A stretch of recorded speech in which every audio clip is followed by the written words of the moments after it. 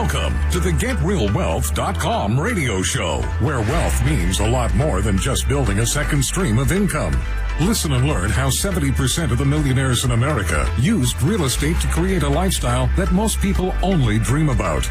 A lifestyle that includes good health, family, romance, travel, charity, and all the other parts of a balanced life. Now, here is your host, real estate investor and mentor, Steve Davis. Good afternoon and welcome to the GetRealWealth.com radio show. I am your host, Steve Davis, and as always, we're here talking about how to use real estate to build a life that's worth living. And we use real estate to build passive income streams, a second stream of income that's outside of our job or employment. The concept is, in life, financially, it's a two-pronged attack. You're supposed to have your earned income from your job, but you're supposed to build a second stream of income on the side so that you can one day retire. The whole concept of saving your way to retirement is ineffective. It's failed 95% of the time. So this is the business model that works. Build that second stream of income. And I want to talk about a cop-out that people use. And where I have seen it has been among single parents, male or female. And I actually heard a pop song about this today that reminded me of it. It's the cop-out that, hey, I can't do well because I've got a kid. I'm going to give my kid everything I didn't have when I was a kid. That'll make their life better. That's a doggone cop-out. It's a lie. See, what they're doing is they're using, I've got a child and I don't have a spouse, as an excuse to not be successful. Hey, it's not my fault, I got a kid. And they say, in this pop song, it was kind of like, I'm going to give them everything I didn't have when I was young. I'm going to make their life perfect so they have a better life. Let me rephrase it and see if it makes less sense when I do. Hey, I'm going to be broke and poor all my life and suffer and give my kid the Xbox and the video games and the toys that they want. Then I'm going to get them in 4 or 5 different sports, all of which cost $1,000 just to equip. And they kind of martyr themselves. They suffer financially. They scrimp and give their kid everything. And they think that's making their life better. That the video games, the toys, the overdoing it with sports and the band, and they think that's giving the child a better life. But it's not at all. Because leadership is by example. What example are you giving to your kids if you teach them that it's okay to be broke all the time? That it's okay to live paycheck to paycheck? You're damning them to the same behaviors, the same results from their life. You're doing nothing to give them a better life. Nothing. The toys, the video games, the overdoing it with extracurricular activities, that you're not improving their life. You're damning them to the same fears and insecurities about money that you have. The best thing, the best gift that you could possibly give your kids would be for you to become financially independent and then teach them how to do the same thing. That is love. That is caring. That is improving your child's life. The toys, the games, they're not. The other side effect of that martyring yourself to give them a better life is when you retire broke, what do they have to do? They have to pay your bills. So this better life that you supposedly gave them when they were young is actually leading to dependency. It's leading to being a burden on them in your retirement years. It really makes no sense at all to me. And when I heard this little pop song, I'm like, you got to be kidding me. This is a popular pop song that's saying, I'm going to give up my life to give my kid a better life. But everything that she did in that song was actually ruining her child's life. And the question is, how many of you are copping out? Oh, I can't be successful. I've got 3 kids and a wife. That's a cop-out. Because here's the way I saw it. I have 2 kids and a wife. I got to be successful. I've got to be wealthy because I have 2 kids and a wife. It costs $250,000 to raise a kid. And these idiots are out there having 4 and 5 kids. Are you kidding me? Do you not think about that before you procreate? How much it costs to raise a child effectively? And sadly, the answer is no. People don't think like that. They're just, whatever happens, happens. Hiding. Here's another one they hide behind. It's God's will. All righty. If that makes you sleep better. Unbelievable stuff. So, watch out for that cop-out. Leadership is by example. If you've got 3 kids, guess what you should do if you really want to help them? Help yourself first. It's the airplane crashing scenario. What do they tell you to do first? Put your oxygen mask on first, and then you'll be able to help your child effectively. It's the same with finance. Help yourself first, and then you will be able to help your child effectively. So, I know that on social media today I talked about 2 different things. We'll address those 2 things on this show. One is my love-hate relationship with realtors and financial planners. And then I've got some relatively intense listener questions. I also want to address a listener question from yesterday's show that I misanswered. I forgot the foundation of really every answer that I give. And we'll talk about that when we come back from the break. Here on the GetRealWealth.com radio show, I'm your host, Steve Davis. You're listening to AM 700, the voice of Texas. Thanks for listening.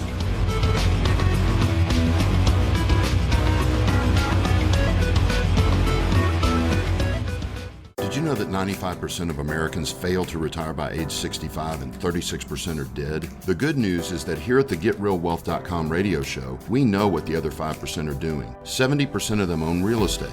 We are a mentoring group for new and experienced real estate investors. We will show you how to build a second stream of income that will allow you to retire at any age. I will be explaining this at a free 2-hour introductory workshop this month. If you would like to attend, please go to GetRealWealth.com. That's GetRealWealth.com.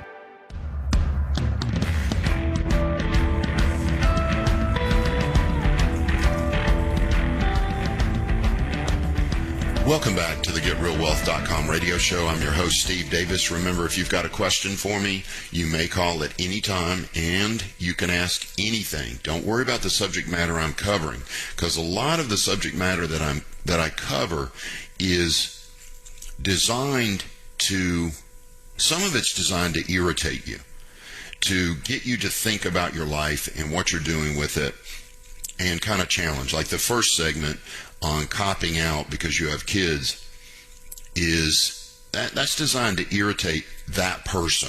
Not everybody, but that person that's hiding behind their kids for their lack of success. Doggone it, kids are the reason to succeed. You should be saying the exact opposite, which is, man, I got kids. I got to succeed. And so there's not many questions about that because it's kind of inarguable. So give me a call if you've got a question about property you own, property you want to own. Maybe you got a little bit of money, you don't know what to do with it. Should you be in single family? Should you be in multifamily? Let me know. It's 281-558-5738, 281-558-KSEV. You may also email me at asksteve@getrealwealth.com. asksteve@getrealwealth.com, and I'll answer your question live on the air. If I run out of time, I'll email you after the show. Either way, you're going to get your question answered. So the next thing I want to talk about is this love-hate relationship that I have with realtors and financial planners. A very nice listener, and I want this to be understood, that they said this very nicely, even though it may come across harsh as the way I say it. They go, look, man, I've got a great financial planner, and you're always hammering financial planners. They're not all bad. And that they didn't say anything about realtors, but that also reminded me that I'm kind of harsh on realtors as well. So I wanted to explain why.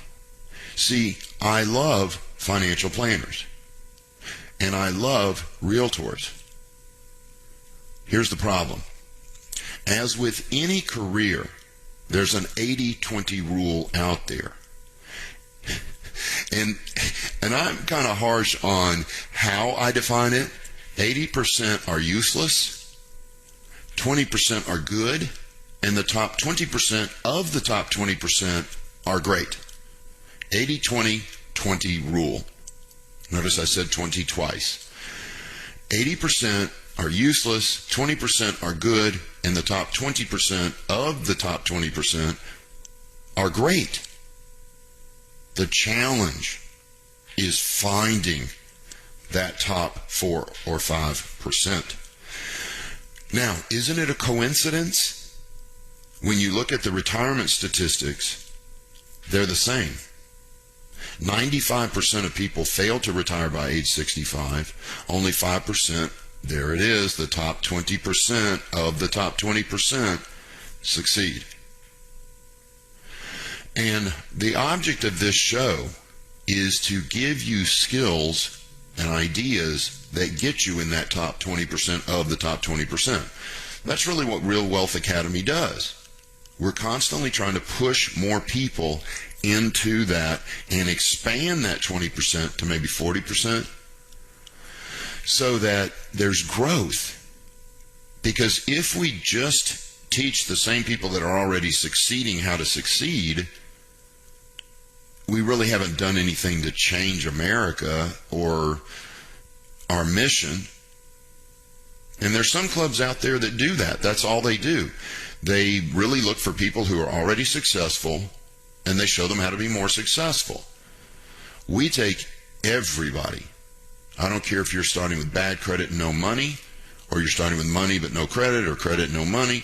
Whatever the circumstance is, I know how to show you how to get into that, what hopefully will change from 5%, will change to 10%, and then hopefully that will change to 20%. And I don't know what the stopping point is. I would like for everybody to be effective and successful financially in their life. But I know that's not the way it is, because not everybody wants that. They say they do, but not everybody does. It's kind of like with fitness. Everybody says they want to be in shape, but look at their actions. They don't work out, they overeat, they smoke. They're not serious. And that there is a percentage of people who are that way. I'm talking about, I want to see everyone who does have the desire to achieve it. So when it comes to financial planners, here's how I see or define a good financial planner. A good financial planner does not only sell what they get commission on. Think about that. Most financial planners, and I'm going to pick on American Express, they have their little financial side of the business, and I would be willing to guarantee that not one of their people will sit you down and go, holy Toledo, you need some passive income, go buy some real estate. I bet you'd get fired if you said that. You've got to find a financial planner that is balanced, that will sell you the products he gets a commission off of, like mutual funds, stocks, 401, well, I guess they wouldn't sell a 401k, but you know what I mean, the stuff that you put in your 401k, speculative stuff like that. But then they should also be going, oh, by the way, none of this produces cash flow, so make sure that you're building cash flow on the side as well. Real estate's a good tool for that. See the difference? If a financial planner is not telling you to build that second stream of income, I define that as an ineffective or poor financial planner. Can financial planners help you in other ways? Yes. This listener that emailed me, their financial planner had helped them set up several things in their life more effectively to reduce their taxes. So their financial planner was kind of a tax planner and helped them in that way. And if I'm not mistaken, because I'm missing the email, I thought I had it here. I think she said, and he told us to get some real estate. Doggone it, that's a good financial planner. He understands the game, and he sincerely cares about his client's financial success, because I don't believe that there's any financial success investing all your money in speculation like the stock market and mutual funds. I just have never seen it, with the exception of people who have tens of millions of dollars in the stock market. Tens of millions. They make 3%. Let's do the quick number. 3% rate of, let's say it's a 5% rate of return times 0.05. That's $500,000 a year. You can live pretty well off $500,000 a year. So yeah, you can, in a speculative thing like the stock market, but here's the problem. What about 2008? When their portfolio goes from 10 million to 5 million, and they make nothing for a couple of years, and they have to take money from that 5 million and reduce it to, say, 4.5 million over a couple of years. It's just not the right, it's just not an effective way to do it. So yes, there are good financial planners out there. It's up to you to find them. It's up to you to be able to say, do you think real estate's a good idea? And if they say no, you might want to get up and leave. They're unqualified. They don't know what they're doing. So, and when I beat up financial planners on the show, please always remember that it's a love-hate relationship. I love the good ones, hate the bad ones, pity the bad ones. And they're the vast, vast, vast majority. Now, the same holds true for realtors. There's something like 120,000 licenses in Greater Houston. 120,000 licenses. A huge number of those are simply bored housewives who saw their friend make $9,000 selling a house, and they said, ooh, honey, I'm going to get my license. And they go get their license, and guess what they do? Absolutely nothing. They never sell a house, but they've got a license. If you come across that person and put them on your list as a realtor, guess what you've got? Nothing. They're never going to find you a deal. So it's again the 80-20 rule. I have 20 about 24 real estate agents that I work with. They know me by name. They know what I'm looking for. They're great agents. They are in the top 5%. But how did I find them? It's easy. I called several hundred and interviewed them to come up with 24. In other words, 176 told me, no, I don't work with investors. I don't understand what you're doing. I don't want to work with you. To get 24 that said, oh, I know what you're talking about. Yeah, I can find that style deal. And they put me on their list. All right, we'll talk more after the break. This is the GetRealWealth.com radio show. I'm your host, Steve Davis. Call me at 281-558-5738, 281-558-KSEV. You're listening to AM 700, the voice of Texas. Thanks for listening.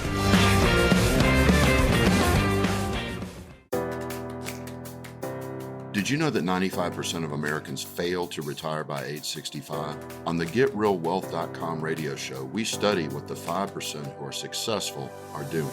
70% of them own real estate. Listen and learn how you can use real estate to build wealth and passive income. Listen to the GetRealWealth.com radio show every Sunday morning at 10 a.m. right here on The Answer, AM 1070 KNTH.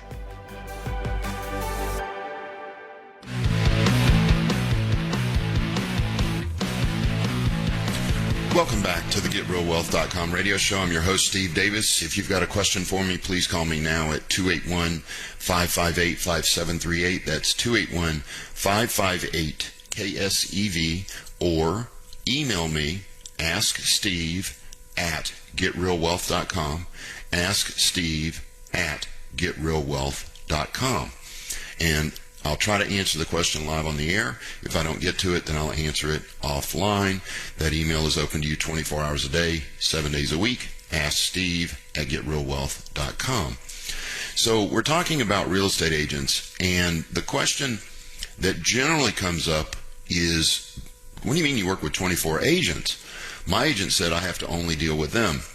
See, that's the wrong agent. That agent is trying to get you pinned down so that every deal that you do, they get a commission on. It's a tactic that has worked for years because people were ignorant of it, but it is not the right thing to do. It is not effective at all. One agent will not find you and your family enough deals. Are there exceptions to this rule? Yeah, some psycho could find it, but that's so rare. You can't rely on that. I use 24 agents and literally 20 or 30 wholesalers. So right now, while I'm chatting with you, I'm 40 people looking for real estate deals. I'll be sitting here on the radio show and find a deal because one of those people emails it to me. It's a thing called leveraging your time. Why do I teach my students to have 24 agents and 20 plus wholesalers? So that they're not looking for deals all the time. This one always drove me crazy when I first got into it. I'd be working on a deal deep in the middle of the rehab, and back then I was a micromanager, by the way. So I was involved in the rehab, which was the wrong thing to do. But I was always worried. I'm not finding my next deal. What am I going to do next month? Then I leveraged myself with these real estate agents, and I could do anything I wanted, and I still found deals. I was in Mexico one time and bought an apartment complex here in the United States. I was on vacation in Mexico, and one of my agents found the deal and wrote the offer for me while I was in Mexico. That's leverage. And you've really got to have that. I always talk about financial leverage. In other words, putting a small amount down and financing the rest on a home. But there's also time leverage. You want to have your time leveraged as well. And cultivating a group of 24 agents to find deals for you and 20 wholesalers to find deals for you is massive leverage. So that every day when you're playing with the kids, romancing your wife, or at work, or wherever, you're 40 people looking for real estate. Now, the insecure realtor, and again, these guys and gals fall into the 80% I'm talking about that are sort of useless. They're in an uproar right now. No, you only deal with me. I want a commission off everything you do. You sign an agreement with me that you get. No. You want 24 listing agents. Now, this can be confusing because all agents can be listing agents, but not all agents get listings. A lot of agents they just patrol MLS, HAR.com for the non-agents. They just patrol it and find other listing agents deals and try to sell them. Lazy, generally ineffective, and they're making way less money than they could if they actually got out there and hustled and got their own listings. What you want are 24 listing agents. These are people, men and women, who actually go and sit down with the seller and sign the listing agreement. That listing agreement, in the listing agreement, the seller agrees to pay 6% commission to that agent if they find the buyer. If another agent finds the buyer, then the listing agent and the selling agent split the commissions, 3% each. Why do my 24 agents love dealing with me? Because they get all 6% of the commission when they sell to me. See, they find the deal, they sign the listing agreement, they put me on the deal, and I buy it. That way they get all 6% of the commission. It's commonly called a pocket deal, and they used to have 72 hours to do it. I heard the other day they've reduced that to 24 hours. They have to put the listing on MLS within 24 hours. So they've only got 24 hours to market the property to their friends and investors and relatives or whoever. But while that thing is in their pocket, no other agent can sell it. So if they sell it, they get all 6% of the commission. If this is not making sense to you, you better email me, because if you're going to be an effective real estate investor, this has to make sense to you. You have to understand how a realtor makes their money so that you can get them paid the highest amount possible, and they will put you on the top of their list. My agents invariably get paid 6% commission to sell me a deal. When they sell to other investors, they're only getting 3% sometimes. So can you see why they call me first within that 24 hours? Because they know, one, I can make a decision, and I do so within 5 minutes. In other words, when a realtor calls me, within 5 minutes, I'm writing an offer or saying I'm not interested. You've got to put yourself in that position with 24 agents to leverage your time. But coming up with the right 24 agents, you got to talk to 20 agents to come up with one good one. Why? Because of what I described. They don't understand it. They're not really listing agents. They have the ability to list, but they don't do it. They also have been trained to get you to sign an agreement where every deal you do, they get a commission off of it, which means they can sit on their rear end and do nothing. And every deal you do, they get half the commission. You don't do that. Never sign an exclusive right to sell with any real estate agent. And you say, well, my relative's a real estate agent, I'm going to do it with them. No. Do not do it. Your relative should be bringing you their listings. They're already contracted to get 6% commission. If you've got some lazy relative just patrolling MLS for you, I've got news for you. Get on HAR.com and patrol yourself. You don't need it. You can even set up HAR to send you notices when a property that email you notices the second a property that fits your criteria comes online. You don't need an agent patrolling MLS for you. You need real listing agents. Now, are there exceptions to this? Sure. But they're so few and far between, I'm not even going to bother addressing them. The reason I'm effective at finding deals month in and month out, I find more deals than I can do, is because I have 24 real estate agents bringing me deals every month, and I have 20 plus wholesalers bringing me deals every month. And it's about a 70-30, 60-40. 60 to 70% of the deals come from wholesalers, 30-40% come from realtors. Now, I want to share something with you that is, to me, bogus, but it's also ineffective. This goes back, I guess, to the concept that there is no right or wrong. There's simply effective or ineffective. This is something that's ineffective, yet I read it. Remember, I've taken every real estate course there is, but it was no less than 3 different courses that I took said, wait till a couple days before closing, tell the agent you can't come up with all the down payment, and see if they'll give you some of their commission to use towards the down payment. That is ripping off your agent. And if you rip off your agent, are they going to call you next time they have a deal? They're not. Unless they just have nobody else and they're desperate. No. Agents work hard. Their job is difficult. Their job is challenging.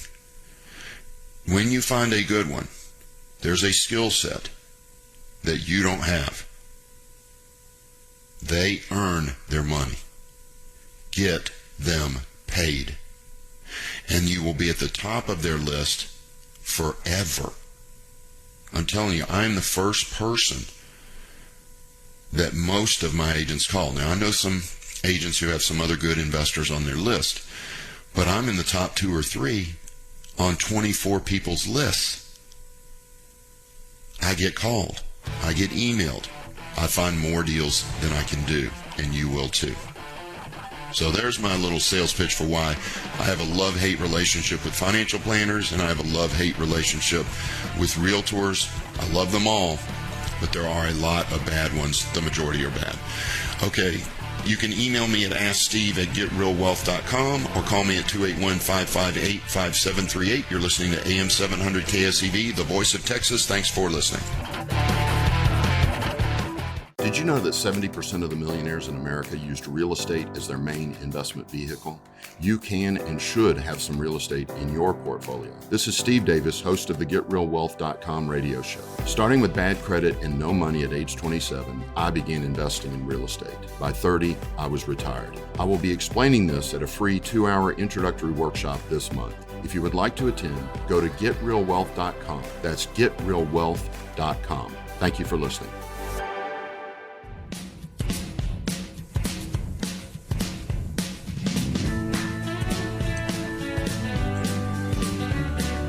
Welcome back to the GetRealWealth.com radio show. I'm your host, Steve Davis. We are in the final segment of today's show, so if you've got a question for me, please call now. It's 281-558-5738, 281-KSEV, or email me at asksteve@getrealwealth.com.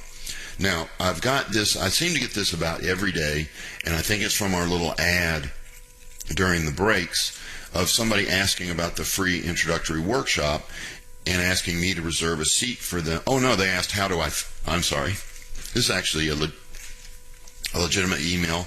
It's go to getrealwealth.com, and upper right-hand corner, it will say free workshop. That free workshop is tomorrow evening, 2 hours, 6:30 to 8:30, and I will show you how our mentoring works. I'll show you the strategies that we're using.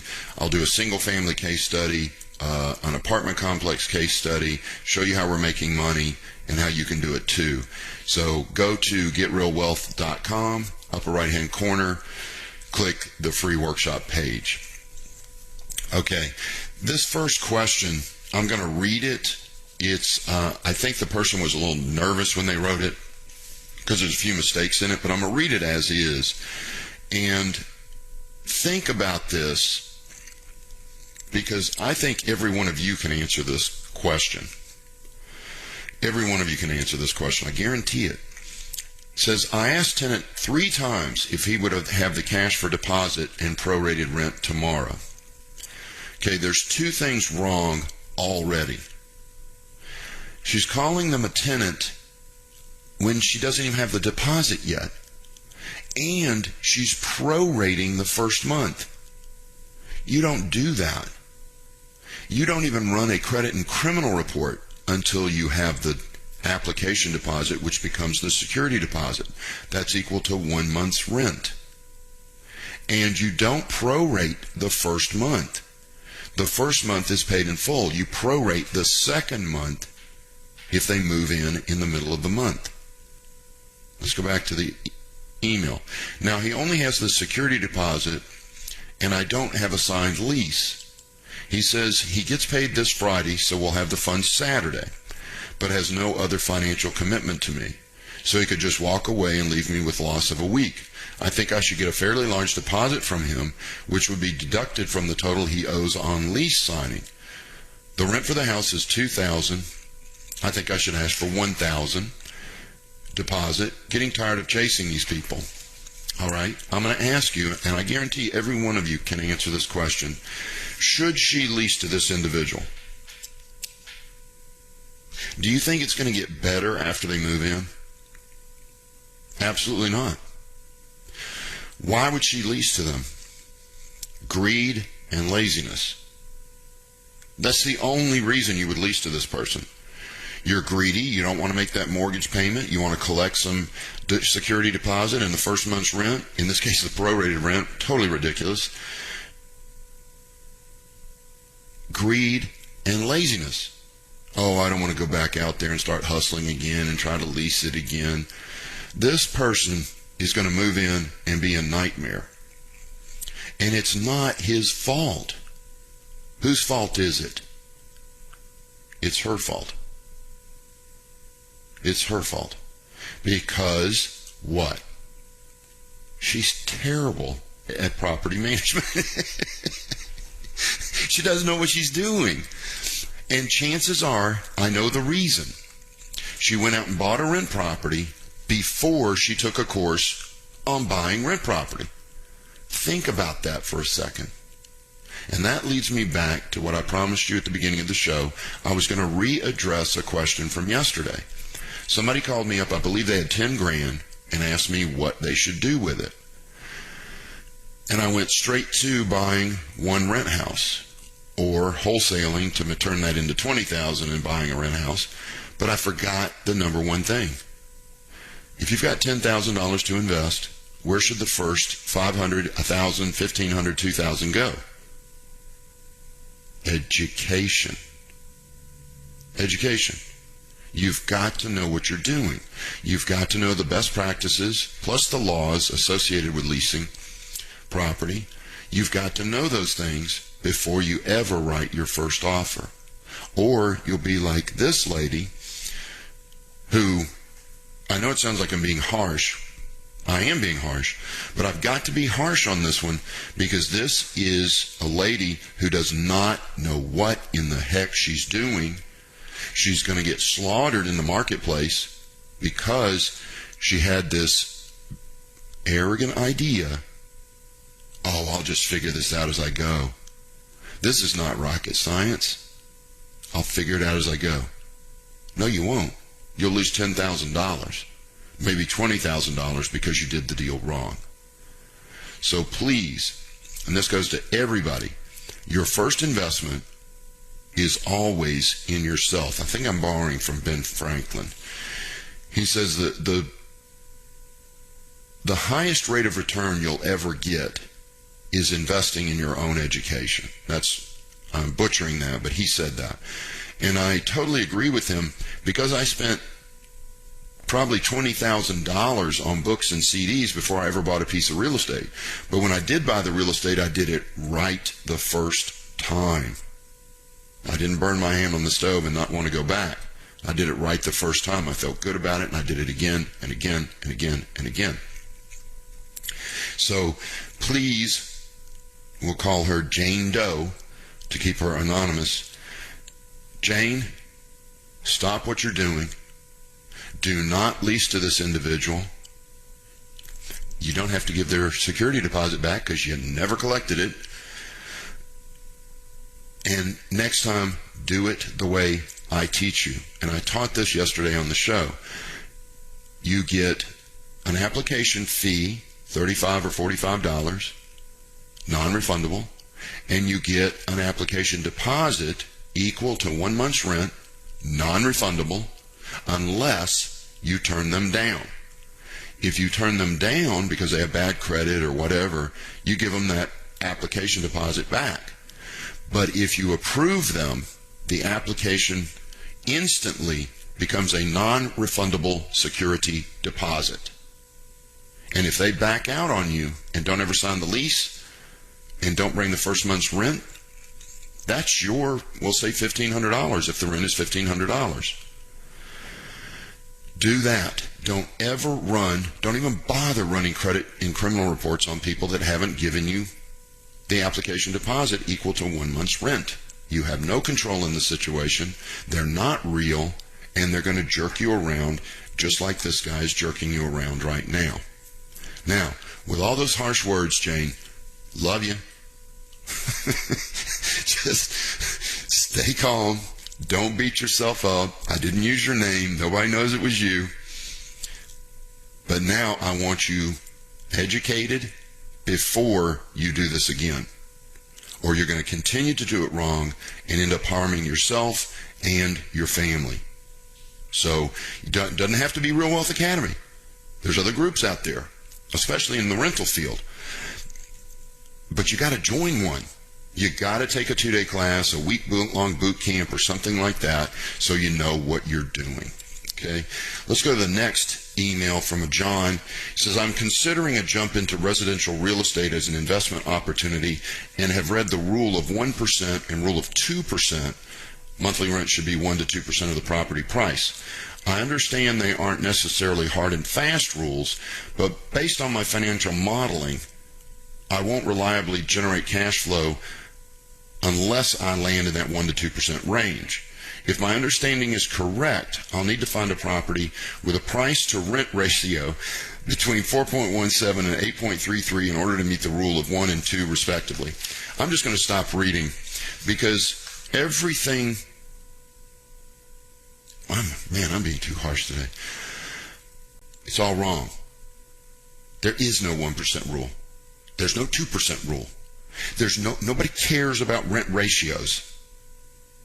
It's cash flow and cash on cash rate of return. In fact, if I'm not mistaken, I don't even know where people come up with this stuff. The rent is the comparable rent. Whatever the comparable rent is, that's your rent. So you run your comparable sales to determine the after repaired value of the property. Then you run your rents to see what it's going to rent for. Then you compare the net cash flow to your total out of pocket, and that gives you your rate of return, and you want 12, 15, 20%. So I'm going to email you and we'll clear this up, and I promise you, as harsh as I am, I'm going to make you understand it so you can do it right. All right, thanks for listening, everybody. It's been the GetRealWealth.com radio show. Please remember that this show is for entertainment purposes only and should not be construed as legal, tax, or investing advice. Always get a professional opinion before making any investment decision. To find out about the mentoring and consulting at Real Wealth Academy, visit GetRealWealth.com and attend one of our free introductory workshops on real estate investing. That's GetRealWealth.com. Thanks for listening and have a great rest of your day.